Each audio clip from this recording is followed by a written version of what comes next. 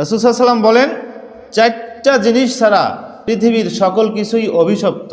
এক হলো জিকির। এখানে জিকির মানে নামাজ, রোজা, কোরআন শরীফ পড়া, কোরআন শরীফ পড়ানো, ভালো কাজ করা, সাদকা করা, দান করা, যা কিছু আছে সব কিছুই আল্লাহর জিকির। আর সরাসরি যেই জবানের জিকির সেটা তো আছেই। তো এই জিকির যেগুলো সরাসরি ইবাদত বন্দিগি যেগুলো, এগুলো অভিশাপ মুক্ত।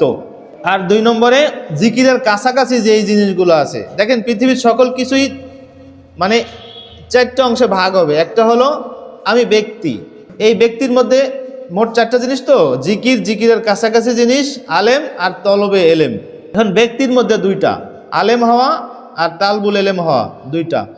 আর অন্য যে 2টা আছে অভিশাপ থেকে বাঁচতে হবে। দেখেন অন্য যে 2টা সেটা হলো, আরেকটা হলো জিকির, আর এরপরেরটা হলো জিকিরের কাছাকাছি জিনিস। এই পৃথিবীর সকল জিনিসই 4টার মধ্যেই আছে, আপনি মিলাই নেন। 1 নম্বরে জিকির, যেগুলো সরাসরি, আমি শেষের 2টা দিয়ে আগে শুরু করি। মানুষের মধ্যে মানুষ হিসেবে আমাদের কি হতে হবে? হয় আলেম হইতে হবে, আর নয় তলবে এলেম হইতে হবে, তা নাহলে আমি ব্যক্তিটাই অভিশপ্ত হয়ে যাব। রাসূল সাল্লাল্লাহু আলাইহি ওয়াসাল্লামের হাদিস যদি সত্য হয়, তিনি বলেন যে 4টা জিনিস ছাড়া পৃথিবীর সব কিছুই অভিশপ্ত। জিকির, জিকিরের কাছাকাছি জিনিস, আলেম, তলবে এলেম।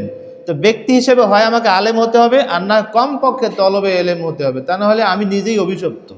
এরপরে থাকলো অন্য অন্য কাজকর্ম। তা কাজকর্মের মধ্যে আবার 2 ধরনের কাজকর্ম। নামাজ মানে দিনই যে কাজকর্ম আছে, কোরআন শরীফ পড়া, তসবিহ আদায় করা, নামাজ পড়া, দান করা, এই যে সরাসরি যে ইবাদত বন্দেগীগুলো আছে, এগুলো তো দিন হয়েই আছে, মানে জিকির অভিশাপ মুক্ত হয়েই আছে। এরপরে বাকি থাকলো কি? অন্য অন্য যে দৈনন্দিন যে কাজকর্মগুলো, এগুলো তো বাকি থাকলো। তো এগুলো কি করতে হবে? এগুলো ওই জিকিরের কাছাকাছি নিয়ে আসতে হবে। জিকিরের কাছাকাছি কিভাবে নিয়ে আসবো? 3 পদ্ধতিতে। কাজটা বৈধ হতে হবে। ব্যবসা করব, চাকরি করব, বাড়িতে মেহমান আসছে তাদেরকে মেহমানদারি করব, এরকম দৈনন্দিন যত প্রয়োজনীয় দুনিয়ামুখী যত কাজকর্ম আছে, এই কাজগুলো আমি করব। অবৈধ কাজ করলে তো তার দিন বানানোর কোনো সুযোগ নাই, জিকিরের কাছাকাছি নিয়ে আসার কোনো সুযোগ নাই। তা কাজটা বৈধ হতে হবে। 2 নম্বরে পদ্ধতিটা ঠিক থাকতে হবে। যেমন মেহমান আসছে, মেহমানকে আপনি শুয়োরের গোশত, কথার কথা আর কি, শুয়োরের গোশত দিয়ে খাওয়াইলেন, এই তো পদ্ধতি ঠিক নেই। অথবা মদ খাওয়াইলেন, খুব অনেক টাকা পয়সা খরচ করা একটু পার্টি করলেন। এখানে তো বোঝার জন্য বলছি, ধরেন ঢাকা শহরে হতে পারে, এখানে ম্যাচিং হবে না কথাটা, ঢাকা শহরে হতে পারে। মেহমান আসছে, ধরেন যারা ওই বামপন্থী চলচ্চিত্র জগতের লোক, এই টাইপের ধরেন আর কি, ফুর্তি মানে অর্থাৎ দিনহীন বদ্দিন ফুর্তিবাস, তো হতেও পারে, এরকমের হয়েও থাকে। একটু পার্টির আয়োজন করলো, নাচ গানের আয়োজন করলো, একটু মদের একটু পরিবেশন করলো, তাহলে এই যে লাখ টাকা খরচ করেও যদি মানুষকে খাওয়াই দিল, এই পদ্ধতি তো ঠিক নেই। তাহলে পদ্ধতি ঠিক থাকতে হবে, তা না হলে জিকিরের কাছাকাছি আসবে না। আর তৃতীয় কি, ইন্টেনশনটা ঠিক থাকতে হবে, নিয়তটা ঠিক থাকতে হবে। যেমন আপনি পড়ালেখাই করবেন, তাহলে পড়ালেখা কাজটা বৈধ আছে, কাজটা কি আছে? বৈধ আছে। 2 নম্বরে পদ্ধতিটা ঠিক থাকতে হবে।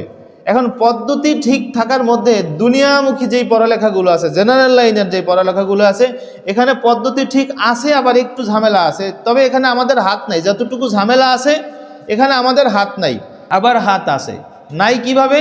ধরেন কম্বাইন্ড সিস্টেমে যে পড়ালেখা হয়, ছেলে মেয়ে একসাথে পড়ানো, এটা ইসলামের দৃষ্টিতে ঠিক নয়, জায়েজ নয়।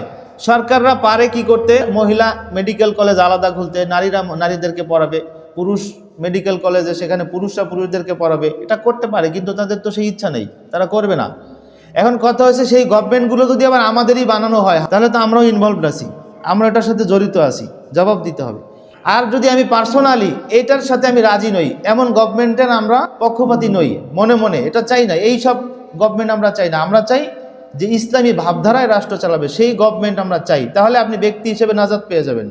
আর তাহলে আপনি যদি ওই আদর্শের লোক হন, তাহলে তো আপনি সেই তরিকার মধ্যেই আছেন, তাহলে আর ওই লাইন, এই জায়গায় আপনি জবাবদিহিতা থেকে বের হতে পারলেন না। যাই হোক, তো আপনি যদি নিজে পার্সোনালি বাঁচার মানসিকতার লোক হন, তাহলে তো আপনি বাঁচার লোক, বাঁচার পথের পথিক।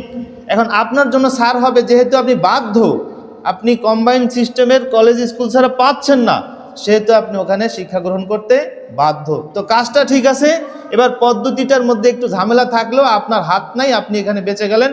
তৃতীয় নিয়তটা যদি ঠিক থাকে, যে আমি পড়ালেখা করে জাতির কোনো না কোনো উপকারে আসব, রাষ্ট্রের কোনো না কোনো খেদমতে আসব, সেটাও আমি আল্লাহর জন্য করব, তাহলে দেখেন এই কাজটা, পড়ালেখা করাটাও ইবাদত বন্দেগী হয়ে গেল। হ্যাঁ, এর আগে ফরজ পরিমাণ দিন আপনাকে শিখে নিতে হবে। এভাবেই আমরা এখন কথা হলো, যদি আমি ওই পড়ালেখাটা যদি আমি এই 3 পদ্ধতির মাধ্যমে জিকিরের কাছাকাছি না নিয়ে আসতে পারি, বিশ্বাস করেন রাসূল সাল্লাল্লাহু আলাইহি ওয়াসাল্লামের হাদিস কথা বলছে যে আপনার ওই পড়ালেখাটাই অভিশপ্ত হয়ে যাবে। তারপরে আপনার সমাজ সেবা করবেন, আপনি রাষ্ট্রীয় কোনো কাজ করবেন, যাই করবেন না, রাজনীতি করবেন, রাষ্ট্র পরিচালনা করবেন, চেয়ারম্যানই করবেন, মাতব্বরি করবেন, যাই করবেন, ওই কাজটা যদি জিকিরের কাছাকাছি না নিয়ে আসতে পারেন, আর জিকিরের কাছাকাছি কিভাবে নিয়ে আসতে ব্যাখ্যা দিলাম, যদি ওই কাজটা আপনার জিকিরের কাছাকাছি নিয়ে আসতে না পারেন, তাহলে আপনার ওই মাতব্বরি করাও অভিশপ্ত, আপনার চেয়ারম্যানই করা অভিশপ্ত, আপনার পড়ালেখা করা অভিশপ্ত, আপনার রাজনীতি করা অভিশপ্ত, আপনার ওই মেহমানদারি করাও অভিশপ্ত। রাসূল সাল্লাল্লাহু আলাইহি ওয়াসাল্লামের হাদিস।